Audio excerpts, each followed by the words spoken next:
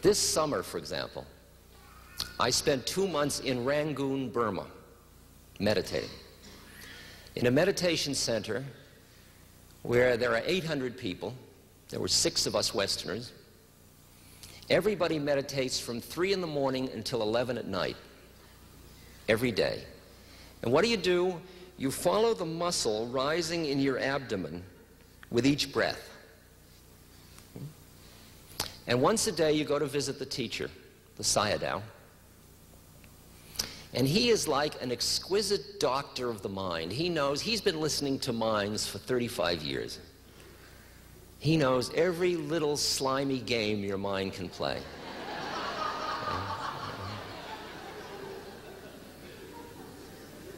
So you go in and you give your report. You say, I was sitting at meditation at 6 p.m. last night, and I was following the rising and falling of my breath. I was noting the rising as rising, noting the falling as falling. After about 2.5 minutes, I heard the sound of a bird. I noted it as listening. And he'll interrupt and say, did you hear the sound of the bird on a rising breath or a falling breath?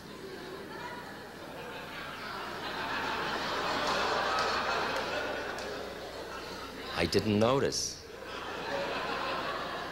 Try to do better in the future. And then as you're leaving, he throws in little curves like, did you go to sleep last night on a falling breath or a rising breath? And there's nowhere to hide because you're under a vow of truth. I mean, you can't even phony it because why would you do that? Who loses? And he sees, he knows. And you get so subtle. I mean, you get 2 months of that. You don't talk to anybody, you don't look at anybody. You're just following your breath. And when you're not following your breath, you're doing walking meditation, which is lift, move, place. Lift, move, place. Lift, move, place. Lift, move, place. Lift, move, place. That's about 15 seconds. Now, consider doing it from 3 in the morning till 11 at night. I mean, it really does clean out a lot of the stuff in your mind. You get to see how much you hate doing the method and how you wish you hadn't been such gung-ho guy to get yourself into that scene in the first place. But it looks good on paper. I mean, he was in Rangoon for 2 months meditating. You know, he was with the heavy-duty guys. This is a really good thing.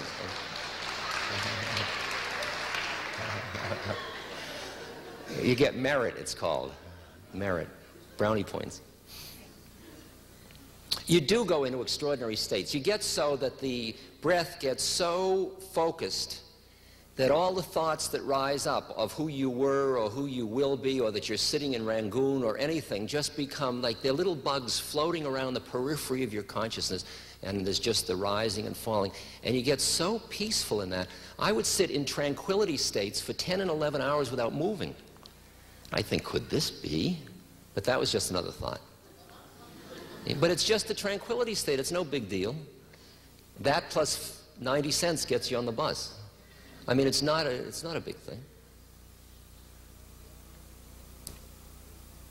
Well, I was going along, and the first month I was plotting how to get out of there.